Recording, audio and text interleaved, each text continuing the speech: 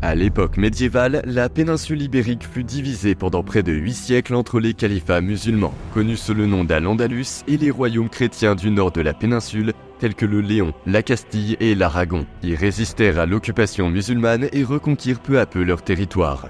Cette période agitée, marquée par des guerres et des complots, est devenue la Reconquista dans l'histoire de l'Espagne. Au cours des conflits militaires, un héros émergea, dont le nom est entré dans l'histoire, Rodrigo Díaz de Vivar, plus connu sous le nom de El Cid ou El Campeador.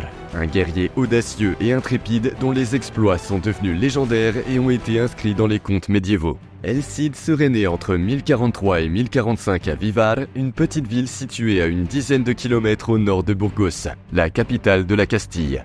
Les archives historiques montrent que le père d'El Cid était Diego Lainez, qui faisait partie de la petite noblesse de Castille. Dès son plus jeune âge, El Cid fait preuve de remarquables talents de combattant.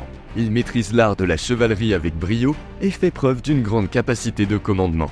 Une histoire bien connue sur El Cid décrit comment il a acquis son célèbre cheval de guerre, l'étalon blanc Babieca. Le parrain d'El Cid était un moine catholique appelé Pedro el Grande. Le cadeau de Pedro à El Cid pour son anniversaire était un cheval issu d'un troupeau andalou. El Cid choisit un cheval que son parrain jugeait inférieur, ce qui amena le moine à s'exclamer « Babieca », ce qui signifie stupide dans l'ancienne langue castillane. El Cid choisit alors le nom de Babieca pour son cheval. El Cid a reçu son enseignement à la cour royale de Castille, au service du prince et futur roi Sancho II, fils de Ferdinand Ier de Léon.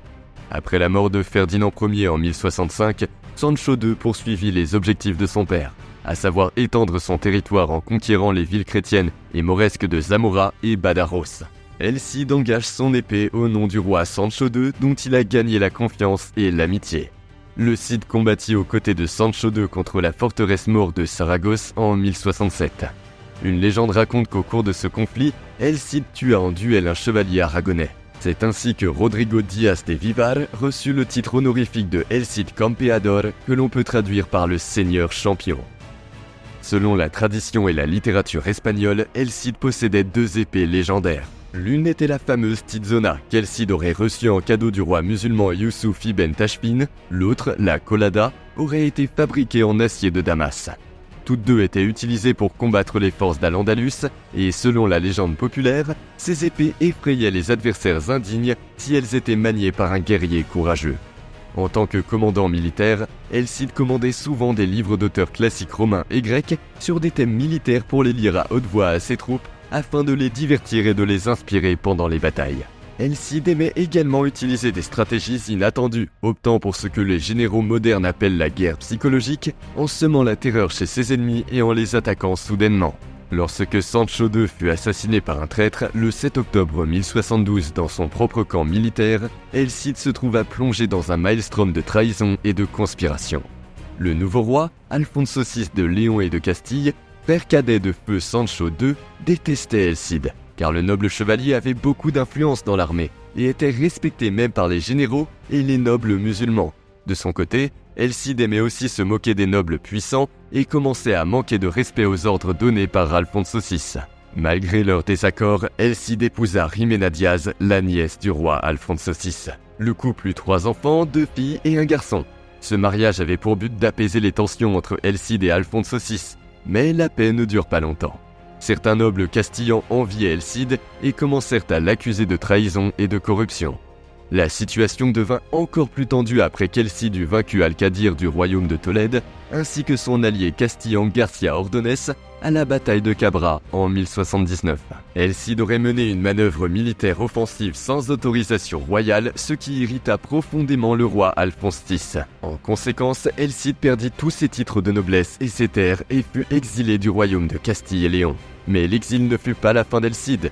Comme beaucoup d'autres chevaliers avant lui, qui avait également perdu les faveurs du roi, il chercha un nouveau seigneur qu'il pourrait servir avec sa petite armée. Vivant comme un mercenaire, El Cid offrit ses services à Youssouf al-Moutamin, roi mort de la ville de Saragosse, dans le nord-est de l'Espagne, et à son successeur Al-Mustahin II.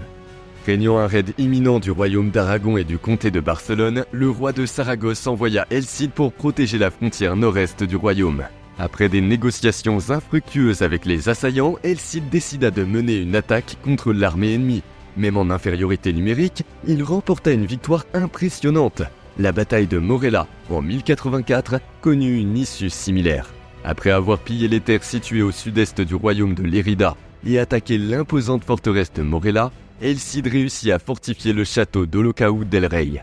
Alors qu'El Cid se battait pour un roi musulman, le roi Alphonse VI luttait contre l'invasion almoravide de l'Espagne. Terrifié par les défaites successives, Alphonse VI tenta de rétablir le contact avec El Cid en le rappelant d'exil. El Cid accepta de se remettre au service du royaume de Léon et de Castille en 1087.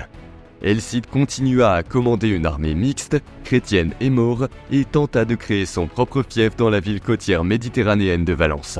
Après plusieurs années de siège, Valence fut conquise et El Cid y régna prétendument au nom d'Alphonse VI. Il jouissait d'une indépendance totale. La ville était à la fois chrétienne et musulmane. Les deux factions servaient dans l'armée et dans le gouvernement. Mais un nouveau désaccord surgit entre El Cid et Alphonse VI lorsque l'empereur almoravide Youssouf ibn Tachoufine du Maroc assiégea la forteresse d'Aledo au cours de l'été 1088. Alphonse VI décida de défendre rapidement la forteresse et ordonna à El Cid de le rejoindre à Villena afin que les deux armées puissent combiner leurs forces. Pour des raisons inconnues à ce jour, El Cid ne marcha pas vers le roi et se retrouva une fois de plus exilé du royaume de Castille et Léon avec des terres et des biens confisqués. El Cid fut à nouveau gracié et retourna à Valence en 1089 où il fut à nouveau autorisé à percevoir des impôts dans la capitale et les villages environnants. El Cid mourut chez lui à Valence en 1099. Son corps repose au centre de l'imposante cathédrale de Burgos. C'est la fin du grand chef de guerre El Cid, El Campeador, respecté par les chrétiens et les musulmans, craint par ses ennemis et ses alliés.